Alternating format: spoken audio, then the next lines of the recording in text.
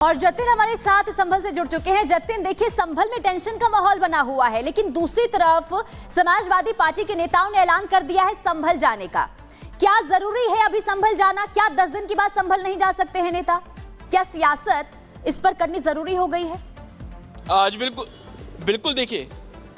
बिल्कुल देखिए एडमिनिस्ट्रेशन के हिसाब से तो अभी ज़रूरी नहीं है, क्योंकि बहुत मुश्किल से संभल में शांति जो बहाल है वो की गई है।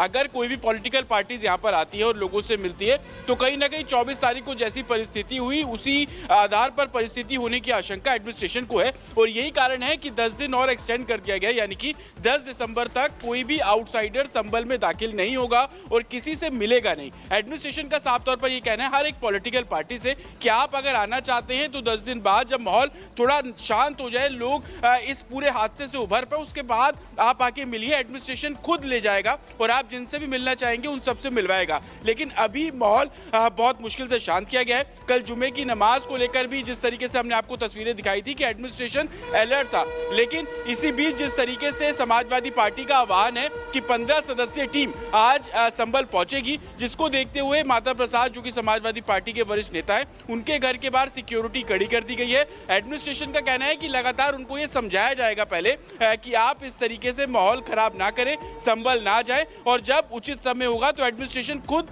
आपके और आपके पूरे डेलीगेशन को संभल ले जाएगा और जिनसे भी आप मिलना चाहेंगे उनसे मुलाकात करवाई जाएगी। अब देखना होगा, क्योंकि दिन जैसे जैसे आगे बढ़ेगा, जाहिर सी बात है तो माता प्रसाद जो कि समाजवादी पार्टी के नेता है वो कल मुखर होकर बोल रहे थे कि वो जरूर जाएंगे। आपको याद होगा 24 तारीख को हिंसा हुई, उसके बाद से ही 6 दिन का जो एक तरीके से पाबंदियां हैं वो लगा दी गई थी। आज 30 तारीख तक उसकी डेडलाइन थी, लेकिन एडमिनिस्ट्रेशन ने कल ये फैसला ले लिया कि 10 दिसंबर तक किसी भी आउटसाइडर्स को अब संभल में प्रवेश जो है वो नहीं दिया जाएगा, और उसी डायरेक्शन को, क्योंकि डीएम के ये डायरेक्शन है, उसको अब जो एडमिनिस्ट्रेशन है वो फॉलो करता हुआ नजर आएगा। तो कहीं ना कहीं आज संभल में स्थिति मैं आपको बता दूं कि शांतिपूर्ण है।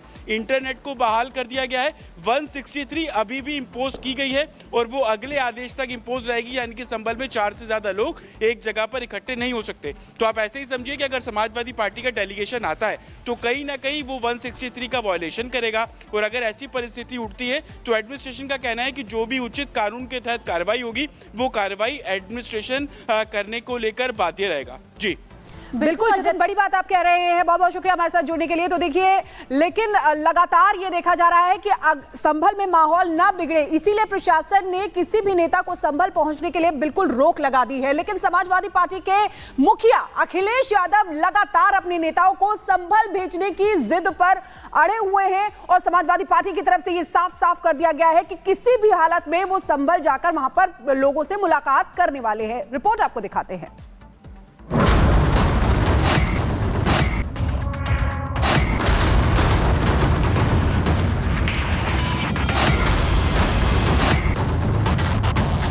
संभल में हिंसा के 6 दिन बाद शांति है, लेकिन सियासी दौड़ भी जारी है। संभल पुलिस नेताओं से कह रही है कि अभी कोई भी संभल ना आओ, क्योंकि नेताओं के संभल आने से माहौल बिगड़ सकता है। तो अखिलेश यादव की पार्टी हुंकार भर रही है कि उसके नेता संभल जाएंगे और हर हाल में संभल जाकर रहेंगे। समाजवादी पार्टी ने बकायदा इसके लिए एक लेटर भी जारी किया है, जिसमें कहा गया है कि 30 नवंबर यानी आज समाजवादी पार्टी का एक प्रतिनिधि मंडल संभल आ रहा है, जिसकी अगुवाई यूपी विधानसभा में नेता प्रतिपक्ष माता प्रसाद पांडे करेंगे। इस प्रतिनिधि मंडल में समाजवादी पार्टी के प्रदेश अध्यक्ष श्यामलाल पाल भी शामिल होंगे। इसके अलावा संभल के सपा सांसद जियाउर रहमान बर्क भी मौजूद रहेंगे। वहीं संभल विधायक इकबाल महमूद, कैराना की सांसद इकरा हसन, मुरादाबाद से सपा सांसद रुचि वीरा और विधायक रविदास मेहरोत्रा समेत कुल 15 नेताओं का डेलीगेशन संभल आएगा और घटना स्थल पर जाकर पीड़ित लोगों से मिलेगा। यहाँ गौर करने वाली बात यह भी है कि सपा का जो प्रतिनिधिमंडल संभल आकर पीड़ितों से मिलने की जिद कर रहा है, उसमें सपा के 2 नेता ऐसे भी शामिल हैं जिन पर खुद दंगा भड़काने का आरोप लगा है, जिसमें एक नाम खुद संभल के सांसद जियाउर रहमान बर्क का है, जिन पर आरोप है कि उन्होंने ही लोगों को उकसाया, जिसकी वजह से दंगा हुआ। दूसरे नेता खुद संभल के स्थानीय विधायक इकबाल महमूद हैं, जो अपने बेटे की वजह से चर्चा में हैं, और उनके बेटे पर आरोप लगा है कि सुहेल इकबाल दंगा भड़काने में शामिल हैं। एक तरफ जहां पुलिस इन नेताओं को रोकने के लिए सख्त है, बताया जा रहा है कि सपा डेलीगेशन को रोकने के लिए लखनऊ में यूपी के नेता प्रतिपक्ष माता प्रसाद पांडे के घर के बाहर पुलिस तैनात की गई है। तो सपा नेता आरोप लगा रहे हैं कि बीजेपी सच्चाई छिपाना चाहती है, लेकिन वो सपा डेलीगेशन को संभल जाने से रोक रही है। भारतीय जनता पार्टी ये चाहती है कि हर शहर संभल बन जाए और पूरे देश में सांप्रदायिक तनाव, दंगा और हिंसा हो। हम लोग शांति और अमन कायम करने का काम करेंगे और संभल जाकर के वहाँ पर जो पीड़ित लोग हैं, जिनके साथ अन्याय हुआ है, उनसे मिलने का काम करेंगे। संभल हिंसा को लेकर संभल टू लखनऊ सियासत जारी है। फसाद पर बेहिसाब सियासत हो रही है, वो भी तब जब संभल पुलिस ने हालात को देखते हुए अगले 10 दिनों तक किसी भी राजनीतिक पार्टी के संभल आने पर रोक लगाई है। लेकिन जिस तरह से सपा डेलीगेशन संभल आने की जिद पर अड़ा है, उससे माहौल गरमाया हुआ है।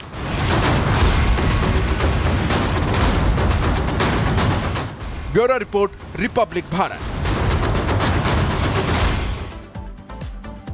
तो देखिए, संभल शांत हो रहा है, लेकिन इस पर सियासत अशांत लगातार देखने को मिल रहा है। आपको बता दें कि संभल में अब जो एंट्री थी, यानी कि एंट्री पर जो बैन की अवधि थी, उसे बढ़ा दिया गया है। लेकिन इसके बावजूद भी समाजवादी पार्टी के नेताओं ने ऐलान किया है संभल जाने का। आपको बता दें कि संभल में पहले 30 नवंबर यानी कि आज तक बैन की अवधि थी, लेकिन इसे बढ़ा दिया गया है। वजह यह है कि हालात को देखते हुए इसके बाद प्रशासन ने यह फैसला लिया है। संभल में बाहरी नेताओं की एंट्री पर बैन बढ़ाया गया है। पहले आज तक ही राजनीतिक दलों की एंट्री पर बैन था, अब इसे बढ़ाकर 10 दिनों तक के लिए और बढ़ा दिया गया है। तो संभल अभी इस समय शांत है, लेकिन समाजवादी पार्टी अशांत क्यों नजर आ रही है यहाँ पर? क्योंकि अखिलेश यादव लगातार अपने नेताओं को वहां भेजना चाहते हैं। क्यों, ये आपको बताते हैं। देखिए, समाजवादी पार्टी के 15 सदस्यीय डेलीगेशन का संभल जाने का ऐलान किया गया है। प्रतिनिधि मंडल में जियाउर रहमान और महमूद शामिल हैं। एफआईआर में सांसद जियाउर रहमान बर्क और एमएलए इकबाल के बेटे का नाम भी है। संभल हिंसा की रिपोर्ट अखिलेश यादव को फिर सौंपी जाएगी।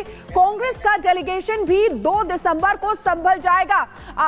संभल में जो हिंसा हुई है उसको लेकर जांच जारी है, लेकिन सवाल ये उठ रहा है कि कांग्रेस और समाजवादी पार्टी आखिर इस पर सियासत क्यों कर रहे हैं?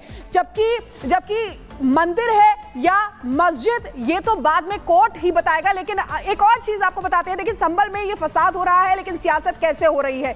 समाजवादी पार्टी का डेलीगेशन जो लगातार जाने के लिए तैयार है, उस डेलीगेशन में कौन कौन है ये आपको बता देते हैं। नेता प्रतिपक्ष माता प्रसाद पांडे, जिनके नेतृत्व में वहां पर डेलीगेशन जाएगा। लाल बिहारी यादव, श्याम लाल पाल, हरेंद्र मलिक और रुचि वीरा, ये वो लोग हैं जो वहां पर पहुंचेंगे। लेकिन इकरा हसन, जियाउर रहमान बर्क, जिस पर सभी की निगाहें हैं, जिनका एफआईआर में नाम है, ये भी उस डेलीगेशन में शामिल हैं। नीरज मौर्य, कमाल अख्तर, रविदास मेहरोत्रा, ये तमाम वो लोग हैं। नवाब इकबाल महमूद, जिनके बेटे का नाम है। पिंकी सिंह यादव, असगर अली अंसारी, जयवीर सिंह यादव। संजय प्रसाद ने कहा कि साहब वहाँ आप न जाइए, वहाँ अभी स्थिति बदल सकती है। तो नहीं भाई, आप तो 30 तक लगाए थे, अब पहले कहेगी नहीं। फिर वहाँ के डीएम का टेलीफोन आया कि साहब ना आइए, संभल का, कि वो हम लोगों ने 10 तारीख तक इसे बढ़ा दिया है, अब 10 तारीख तक नहीं आए ना हमें। तो हमने ठीक है। फिर रात को जब होम सेक्रेटरी टेलीफोन आया तो हमने कहा सवेरे हम पार्टी दफ्तर में जाएंगे और आप सबकी बात रखेंगे। हमारे जो लोग जाने वाले हैं वो इकट्ठा हो जाए, जो तय होगा आपको बता देंगे। अभी क्या तय हुआ? अभी आप पार्टी दफ्तर जाएंगे? हाँ, पार्टी दफ्तर जाना चाहते हैं। डिप्टी सीएम केशव प्रसाद मौर्य कह रहे हैं आप लोगों को भड़काना चाहते हैं वहां पर पहुंच के। अब देखिए, हम नहीं भड़काते हैं। उनकी भड़काने वाली भाषा तो केशव प्रसाद मौर्य जी की रहती है। और अगर वहाँ प्रेस जा सकता है, प्रेस के लोग जा सकते हैं, वो बात जो प्रेस बताती है वहाँ, वो बात अगर हम कहते हैं तो कैसे लोग भड़क जाएंगे? तो घर छावनी में आप लोगों ने अखिलेश यादव को बताया कि अब आप लोग तब भी जाएंगे अगर जैसे मान लीजिए पार्टी नेतृत्व। देखिए, इनका तरीका ये है, इनको एक नोटिस देनी चाहिए हमको कि आप नहीं जाएंगे। तो इन्होंने न तो कोई नोटिस दिया, केवल पुलिस लगा दिया। बहराइच जाना था तो बहराइच के डीएम ने बाकायदे एक नोटिस जारी किया था मेरे नाम से कि ये परिस्थितियां आप बने ना आ सकते। तो इन्होंने तो कुछ किया नहीं है। आप जाएंगे अभी आप जा रहे हैं पार्टी कार्यालय जाएंगे? हाँ, पार्टी कार्यालय जाएंगे, वहीं हम लोग आपस में बात करेंगे क्या हमको करना चाहिए। सर उसके बाद बाकी लोग कहाँ पर मिलेंगे? अगर बाकी लोग नहीं